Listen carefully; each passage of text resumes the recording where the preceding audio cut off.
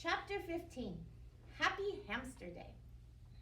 In December, things in room 26 really began to change. For one thing, it got cold outside and a little chilly by my window. In the early morning, frost pictures would appear on the glass. One picture looked like a big snowflake. Another looked like a lion. Scary. Still, it was nice and cozy in my sleeping house. More snowflakes appeared. Not real ones, but cut out paper snowflakes, bordering all the chalkboards. And there were snowmen made of fluffy cotton and pictures of candles and packages and sleighs. The holidays were almost here. Christmas and Hanukkah and Kwanzaa. There were songs to be sung and presents to be wrapped and a big 2-week vacation to come. The weekend after Thanksgiving break, I went home with Pay Attention Art. He paid a lot of attention to me. But sometimes, not every night, during the week, Mrs. Brisbane would take me home to see Mr. Brisbane, and he'd put up his obstacle course, and we'd laugh and squeak and have a wonderful time. The next weekend, I stayed at Gail Morgenstern's house. Friday night was really nice because she convinced her mom to let me watch while she lit the menorah for the family. And the food was yummy. I was glad that Mrs. Brisbane didn't take me home every night. For one thing, if I ran the obstacle course every night, I'd probably waste away to nothing. For another thing, I wouldn't have been able to see Aldo. Aldo could now balance the broom on his head. Yep, he'd put the tip of the broomstick on top of his head and keep it up there for a while. He'd have to bob and weave to keep it balanced, and he made funny faces too. But one night during the week, Aldo pulled his chair up close to my cage and said, "Humphrey, old pal, I've got something to discuss." This sounded serious, so I put on my most serious, problem-solving face. "I've been thinking of getting Maria a ring for Christmas. You know, like an engagement ring, with something shiny in it. I know we haven't known each other very long, and we wouldn't have to get married right away. On the other hand, I'm no spring chicken, and I'd like to settle down and raise a couple kids, and maybe a couple hamsters too, you know?" "I understand," I squeaked softly. "So, what do you think?" Aldo fixed his big brown eyes on me. "Should I ask her to marry me?" I stood up on my hind legs and screeched, "Do it, do it, do it." Then he stood up and shouted, "You're right! I'd be crazy not to." He raced out of the room so fast he forgot his cleaning cart. But when he returned for it, he yelled, "Thanks." Sometimes, most times, it pays to squeak up. The third weekend after Thanksgiving, I spent at Heidi Hopper's house and watched her family put up their Christmas tree. It was the most beautiful thing I'd ever seen, second only to the little tree Heidi put in my cage. It was made of my favorite tree, broccoli. And then it was almost holiday vacation. Suddenly, it seemed as if we didn't have quite as much work to do in class.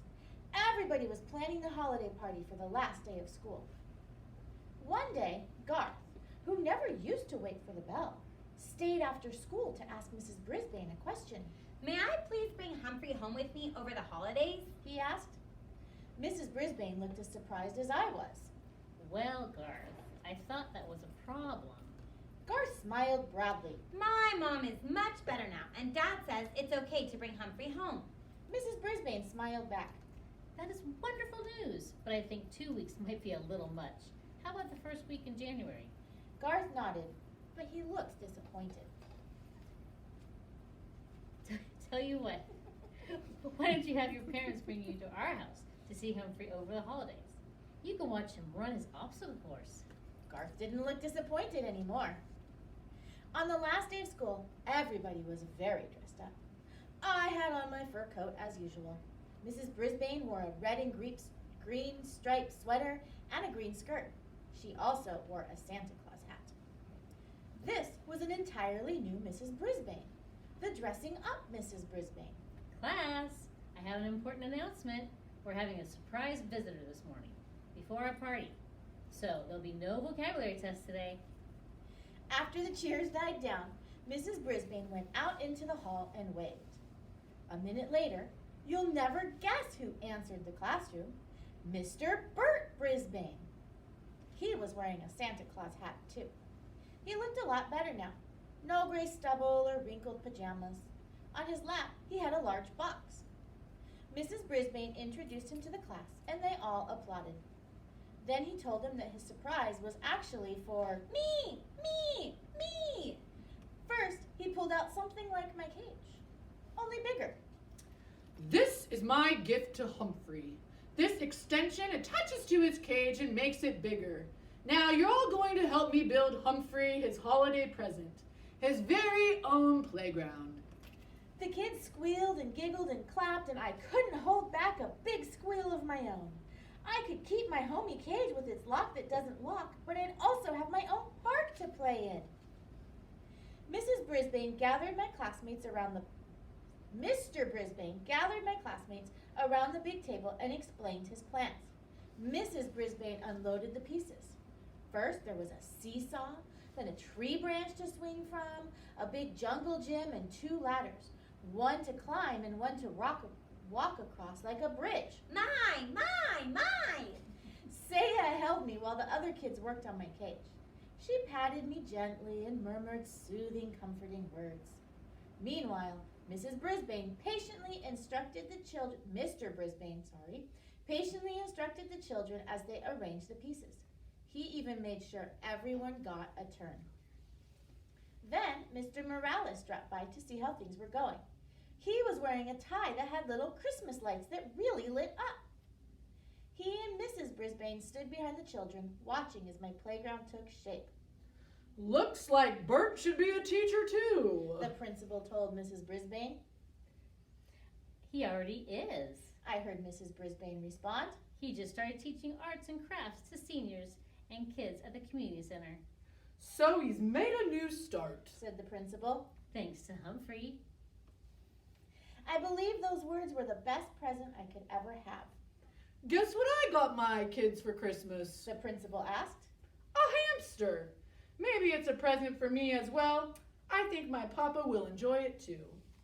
When Saya put me back in my cage, everyone watched as I raced to my new playground, climbed the jungle gym, made a leap to the tree branch, and jumped over to the seesaw. Now I could have recess anytime I wanted. Whoopee! Just then, the room mothers arrived with cupcakes and juice. While they passed the food out, Saya and Miranda slipped quietly out of the room. A little while later, Mrs. Brisbane announced that she had another surprise. Gifts for the class. The door opened and in came Miranda and Saya, wearing red dresses trimmed in white fur, not real fur like mine, and white fur hats. They each had a basket filled with small presents, and they danced around the room singing a song about the wonders of winter while they passed the gifts out. When the kids opened their packages, they each found a keychain with a small furry toy hamster attached. The hamsters came in all colors, red, green, purple, gold, silver. Nice. The room mothers presented Mrs. Brisbane with a gift, a pair of red earrings, which she put on right away. I already thought it was a perfect day, but it wasn't really quite perfect until Mr. Morales peeked out into the hall and announced that he had a big surprise too. I wasn't sure we could stand many more surprises. And then she walked in, the biggest surprise I could imagine. Mrs. Mack was back! She was wearing a long flowered skirt and a bright red blouse, and she had a butterfly in her hair. Not a real one, of course. She also had a huge canvas bag with her. Remember me? She asked with a huge smile. My classmates were thrilled and they all rushed to her side. I was so surprised I was positively squeakless. Mrs. Brisbane made everyone sit down again and asked Mrs. Mack. Of course, she insisted on calling her Mrs. McNamara about her travels. Mrs. Mack told us about the rainforest and teaching in a school in Brazil.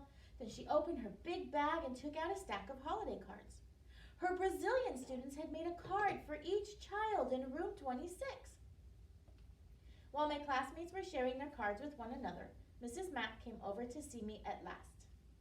Well, I can see by your cage that you've done very well for yourself. She said with a smile. And here I thought you'd be pining away from me. I have! I squeaked. And I have a present for you, but don't tell anybody. She said as she reached into her big bag.